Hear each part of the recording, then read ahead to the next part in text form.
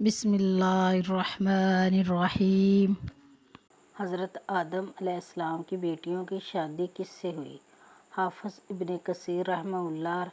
لکھتے ہیں کہ اللہ تعالیٰ نے حضرت آدم علیہ السلام کے لیے یہ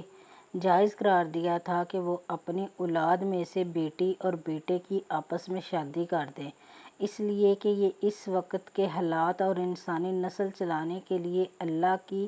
حکمت کا تقاضا تھا۔ لیکن ان کے ہاں ہر بار ایک بیٹا اور ایک بیٹی اکٹھے پیدا ہوتے تھے۔ اس طرح وہ بچوں کی شادی ان بچوں کے ساتھ کرتے تھے جو ان کے علاوہ دوسری بار میں پیدا ہوئے ہوں۔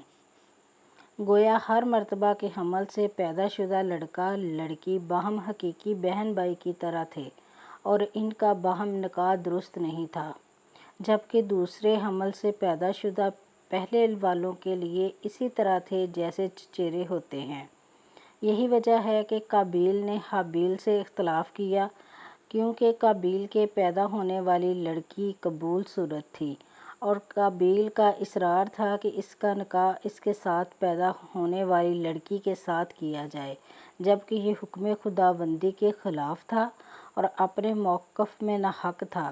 اسی کے فیصلے کے لیے آدم علیہ السلام نے دونوں بیٹوں کو قربانی پیش کرنے کا حکم دیا اور قابیل کا ناحق ہونا واضح ہوا۔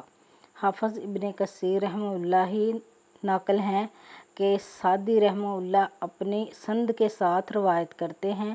کہ حضرت ابن مسعود رضی اللہ تعالیٰ عنہ نے رسول اللہ صلی اللہ علیہ وآلہ وسلم سے نقل کیا ہے،